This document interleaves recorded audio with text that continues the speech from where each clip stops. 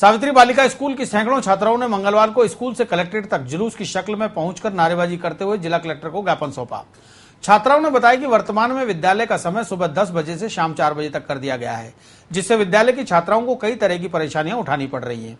छात्राएं school time के बाद ना तो ट्यूशन पढ़ पा रही हैं और ना ही घर के काम कर पाती हैं। इसलिए विद्यालय का समय पूर्व की भांति सुबह 7:30 बजे से 12:30 बजे तक किया जाए।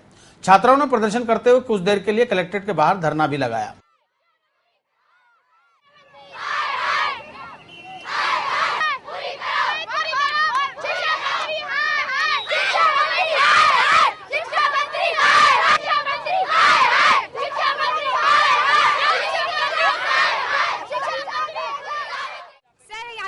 टाइम चेंज करवाने के लिए आए हैं। हमारा टाइम 10 से 5 हो चुका है और है ना बताओ, इसमें ना तो हम कोचिंग जा सकते हैं और ना ही है ना इतनी प्रॉब्लम क्रिएट हो रही है हमारे साथ। दूर दूर से बच्चे आते हैं, उन्हें भी इतनी प्रॉब्लम हो रही है। हम चाहते हैं हमारा टाइम 7 से 12 हो जाए। सर बोला है, वो कोई मानते नहीं, साहब बोलते हैं, वो तो सब बोलते, बोले सब सरकारी स्कूल का सारा टाइम चेंज हुआ है। सर सेंट्रल गर्ल्स का भी सर हम चाहते हैं हमारा टाइम चेंज हो जाए। हम इस बात को लेकर परेशान हैं कि टाइम सुबह से लेकर शाम तक का है, इससे हमें बहुत प्रॉब्लम होती है। बच्चे बहुत थक जाते हैं, स्कूल वाले बोलते हैं घर पे पढ़ाई कर, तो स्कूल में इतने बच्चे होते हैं, एक क्लास में 80 बच्चे, हमारी बिल्कुल भी पढ़ाई नहीं हो पाती है। हम अभी ना स्कूल से रैली के रूप में आए हैं, कलेक्ट्री में विज्ञापन दिया है स्कूल टाइम चेंज होने के लिए, पर उन्होंने कोई हमारे विज्ञापन की कोई वैल्यू नहीं रखी और क्या बोलते हैं ना, उसमें हमारी कोई वैल्यू नहीं है। और हमारा स्कूल का टाइम 10 से 4 का है, जो हमें आने और जाने में बहुत प्रॉब्लम होती है। इसके कारण हमारी स्कूल बस, हमें टेम्पो वगैरह कुछ नहीं मिलता। हम बहुत लेट होते हैं, कोचिंग की हमारी छुट्टियां हो जाती है। इसके कारण हम कैसे पढ़ाई करेंगे? 12th स्टैंडर्ड है, हम अगर फेल हो गए तो उसका जिम्मेदार शिक्षा मंत्री रहेगा। अगर हम कैसे करेंगे? और हमें हमारा टाइम चेंज करवाना है, 7 से 12 का टाइम रखवाना। हम सब लड़कियां आज ना अपने टाइम स्कूल टाइम को लेके सब लोग यहाँ आए। हम चाहते हैं कि हमारा स्कूल टाइम चेंज हो, क्योंकि हमें सबको प्रॉब्लम होती है, हमारे पेरेंट्स को भी बहुत ज्यादा प्रॉब्लम होती है। इसलिए अगर वो टाइम चेंज नहीं कर सकते तो ठीक है, हमें हाफ डे दे दीजिए बोर्ड क्लासेस को, क्योंकि हमें कोचिंग जाने में प्रॉब्लम होती है। इसी बात पे हमने कलेक्टर से बात की तो उन्होंने बोला है कि 2-3 दिन के अंदर टाइम चेंज हो जाएगा, 7:30 से 12:30। कलेक्ट्रेट पर प्रदर्शन कर रहे शिक्षक संघ राष्ट्रीय से संबद्ध शिक्षकों ने पुलिस अधीक्षक और कलेक्टर को ज्ञापन देकर ब्यावर के टोडगढ़ में लगे भामाशाह योजना शिविर के दौरान उप शाखा अध्यक्ष नारायण सिंह पवार और उनकी पत्नी सुमित्रा पवार के साथ टोडगढ़ एसएचओ द्वारा बेरहमी से की गई मारपीट के खिलाफ कार्रवाई करने की शिकायत दी। शिक्षकों ने बताया कि पुलिस की वर्दी पहनकर गुंडागर्दी करने वाले टोडगढ़ एसएचओ और उसके सहयोगी पुलिस कर्मियों को तत्काल निलंबित कर कठोर कार्रवाई की जाए, ताकि कोई अन्य पुलिसकर्मी सभ्य लोगों पर वर्दी का रौब न झाड़ सके। भामाशाह शिविर का आयोजन किया गया था। नारायण सिंह जी पवार अपनी पत्नी के साथ उस शिविर में भाग लेने के लिए गए थे। उसी दौरान वहाँ एक सिपाही द्वारा इनके साथ ऐसा अभद्र व्यवहार किया गया था। उनके दोनों की बातचीत होने के बाद उन्होंने फोन करके एसएचओ में जाब्ते को बुलाया गया। इस समय जाब्ता बुलाया गया था, नारायण सिंह जी वहीं बैठे थे अपनी पत्नी के साथ। उनको जब ये कहीं जा रहे थे तो उनको धोखे से उन्होंने कहा कि आपसे बातचीत करनी है। धोखे से कमरे के अंदर ले जाके उन 4-5 सिपाहियों ने, थानेदार जी ने बुरी तरह इनको मारा और इतनी बुरी तरह मारा कि उनको छोड़ा तक नहीं था। कौन थानेदार है और किसको मारा, नाम बताएं? जेवजा एसएचओ विक्रम सेवावत और उनके स्टाफ द्वारा टाटगढ़ एसएचओ, उन्होंने बुरी तरह से इनको मारपीट की। और नारायण सिंह जी पवार जो हमारे शाखा जेवजा के अध्यक्ष है और वहाँ गए थे शिविर में, उन्होंने विक्रम सेवा द्वारा उनको बुरी तरह मारपीट की। राजस्थान शिक्षक संघ सियाराम के रमेश आचार्य ने बुधवार को होने वाले विरोध प्रदर्शन और धरने की जानकारी देते हुए बताया, आज हमारा आंदोलन का जो दूसरा चरण था उसमें स्थानीय विधायकों को हमने हमारे आंदोलन के चरण में एकीकरण, सामान्यीकरण और विद्यालयों को समय परिवर्तन और 5 सितंबर को जो शिक्षकों का अपमान हुआ उसके विरोध में हमने ज्ञापन दिए हैं। और कल हमारा एक विशाल धरने का आयोजन है। पूरे राजस्थान में 32 जिलों पे, जिला मुख्यालयों पे विशाल धरने का आयोजन किया जा रहा है, जिसमें अजमेर जिले के सभी शिक्षकों से मैं निवेदन करूंगा कि इस धरने पे पधार कर और समय परिवर्तन को, एकीकरण को, सामान्यीकरण को, इन सब के विरोध में और जो शिक्षकों का अपमान हुआ है उस विरोध में हमने जो धरना दिया है वहां पहुंचकर इस धरने को सफल बनाए। प्रदेश सरकार द्वारा विद्यालयों के एकीकरण और सामान्यीकरण किए जाने के बाद स्कूलों को मर्ज करने से उत्पन्न परेशानियों का सरकार और प्रशासन को जरा भी अंदाजा नहीं है।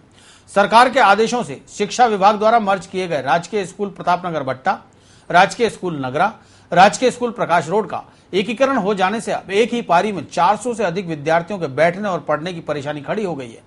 और तो और इन तीनों विद्यालयों का एक ही जगह पर पोषाहार भी बनाया जा रहा है और स्कूल के बच्चों को ही पोषाहार लेकर दूसरे स्कूलों में देने जाना पड़ रहा है। बच्चों को अब पढ़ने की बजाय पोषाहार बनाने और बांटने के काम में वक्त जाया करना पड़ रहा है। वहीं स्कूल के अध्यापक भी पोषाहार बनाने और बांटने की प्रक्रिया में व्यस्त दिखाई दे रहे हैं। कोई सुविधा साधन ही नहीं है। इसके अलावा पोषाहार अलग जगह बनता है, स्कूलों में अलग जगह लेके जाना पड़ता है। रिस्क जैसे दाल सब्जी गर्म रहती है, ढुलने की गिरने की संभावना रहती है। आपस में जैसे दो बर्तन होते हैं, भिड़ने की संभावना रहती है हमेशा में। किस तरह से ले जाया जाता है पोषाहार? टंकियों में या बाल्टियों में लेके जाना पड़ता है।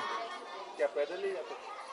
कभी अभी जैसे दाल वगैरह होती है तो पैदल जाना पड़ता है इतनी दूर, नहीं तो फिर गाड़ी पे मोटरसाइकिल इस पे लेके जाना पड़ता है। क्या मानते हैं कि पोषाहार उसी स्कूल में बनना चाहिए तो ज्यादा? नहीं, पोषाहार तो उसी स्कूल में बनना चाहिए जिस स्कूल में बच्चों को खिलाना होता है। लाना लेना बहुत दिक्कत है कि इसके लिए कोई अतिरिक्त बजट भी नहीं दिया, जिससे कि हम उसके ऑटो कर ले, कोई गाड़ी कर ले, जिससे लाना लेना काम आसान हो जाए। हम अभी तो गाड़ी पर आए, वैसे पैदल आना पड़ता लेने, तो ये जो दाल वगैरह है इसको ढुलने का डर रहता है और कोई बच्चे चेट भी जाते हैं। अच्छा, क्या मानते हो कि आपकी पढ़ाई छोड़ के आप यहाँ पर पोषाहार लेने आए हो? अब हमारे स्कूल में कोई चपरासी वगैरह नहीं है तो हम खुद आना पड़ता हमको सर के साथ। तो क्या मानते हो, इससे अच्छा तो टिफिन ही ले आए तो वो? हाँ, इससे अच्छा टिफिन ले आए, यहाँ कोई सुविधा घर है हमारी। समस्या तो ये है कि अभी जो जैसे पोषाहार वाली बच्चों को एक जगह खाना बन रहा है तो उसको खाना वहाँ से लेकर के आ रहे हैं। कहाँ बनता है सर?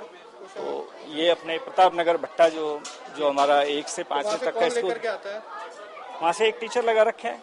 टीचर ही लेकर टीचर लेकर के आ रखे हैं। पोषाहार परिवारी नहीं, वो अपने बाइक से लेकर के आ रहे हैं। बाइक से लेकर बिल्कुल। किस तरह से लेकर आता है वो? पोषाहार गाड़ी चलाएगा क्या? पोषाहार पोषाहार बाल्टी उसमें बर्तन में जो भी है उससे लेकर के आ रहे हैं। असुविधा तो है ये। और रेस्टोरेंट भी जा रहे हैं उसके संग में तो? हाँ, तो कभी जैसे उनकी हेल्प ले ली जाती है बच्चों को लंच में। जैसे पोषाहार में दाल है, अभी एक्सीडेंट हुआ, दाल गर्म है, दाल फैल गई, तो कौन जिम्मेदार होगा उससे एक्सीडेंट के? ये बताइए। उसके लिए बर्तन जो है अपन अभी नई व्यवस्था है तो उसके लिए बर्तन जो है जैसे अपने ये दूध वाला है बर्तन जो पैक आता है उसमें व्यवस्था करेंगे। अब पोषाहार बनाने वाली कार्यकर्ताओं ने भी अपनी पगार बढ़ाने की मांग उठाना शुरू कर दिया है। वहीं सरकारी स्कूलों की जर्जर और दयनीय हालत देखकर सरकारी दावों की पोल खुलती नजर आ रही है। भेड़ बकरी की तरह जीर्ण शीर्ण हालत के स्कूल में भरे बच्चे जिंदगी और मौत के बीच कुछ बनने का सपना देख रहे हैं। गर्मी के दौरान तपती टीन शेड और उसके नीचे पढ़ रहे बच्चे देश का भविष्य क्या बनेंगे, यह इनके आज के हालात देखकर अंदाजा लगाया जा सकता है। मेहनत तो ज्यादा होगी ना सर, अब मेहनत इतनी होगी कि हमारे को 4 बज जाती है, हमारे घर का काम छोड़कर आते हैं, इसीलिए सर। तो या तो पेमेंट बढ़ाइए, काम ज्यादा हो गया हमारा। अभी कितने जने लग रहे हो? अभी हम 3 जने लग रहे हैं। तो कितना टाइम पे क्यों नहीं मिल पाता है खाना? टाइम से अब सर देखो, अब सुबह के आए हुए हम 9:30 बजे के झाड़ू वाड़ू लगाते हैं स्कूल में, पानी वानी भरते हैं, इतना टाइम हो जाता है हमारा। झाड़ू लगाने का अलग पैसे मिलने चाहिए ना, झाड़ू के भी हमारे को कुछ नहीं मिलता है। पैसा बढ़ने चाहिए, कम से कम 3 स्कूल का करना है तो 3-3 हजार रुपये तो होने चाहिए है। और क्या कहते काम करवा रहे ज्यादा, पैसे दे रहे कम, और अपना घर भी छोड़ के आओ और फिर यहाँ से वही 4 बजे करीब जाओ। अब इतने जगह प्राइवेट नौकरी करे तो वहाँ तो अच्छे पैसे मिलेंगे ना, अब प्राइवेट धंधा करना नहीं चाहते। स्कूलों का एकीकरण किए जाने से खफा कुछ अभिभावकों ने स्कूल पहुंचकर अपने रोष का इजहार किया। अभिभावकों का कहना था कि गरीब तबके से ताल्लुक रखने वाले बीपीएल परिवारों के बच्चों को अब अपने घर से दूर स्कूल में जाना पड़ रहा है, जिससे उन पर अतिरिक्त आर्थिक बोझ आ गया है। वहीं बच्चों को भी आने जाने और पढ़ने लिखने में परेशानी उठानी पड़ रही है। परेशानी है कि हमारे छोटे छोटे बच्चे इतनी दूर स्कूल में जा रहे हैं, हमें ये चाहते हैं कि हमारे बच्चों को यहीं बुलाया जाए वापस। इतनी दूर अगर कुछ हादसा वगैरह हो जावे, बच्चे अगर स्कूल से बाहर निकल जावे, एक्सीडेंट वगैरह हो जाते, इस चीज की कौन गारंटी लेगा? यहाँ तो हम सब बच्चों को देख सकते हैं, हमारे सब जान पहचान वाले हैं यहाँ पे। हमें भी मालूम हुआ है कि हमारे बच्चों को इतनी दूर भेजा जाएगा तो हम तो कहेंगे नहीं। हमारे को तो हमारा काम नहीं होता, हमारे बच्चों को हम कैसे छोड़ने जाएंगे? हम हमारा काम करेंगे घर का, ही हम बच्चों को छोड़ने जाएंगे? ये हमारे बच्चे बीमार रहते हैं, चलाने वाला तो जाता नहीं है, उन्हों से वैसे भी परेशानी बहुत आती है। अब इतनी दूर दूर तो तुम स्कूल कर रहे हो, खर्चा कौन देगा इसका? हम हमारी बीड़ियां बनाएंगे या बच्चों को छोड़ने जाएंगे?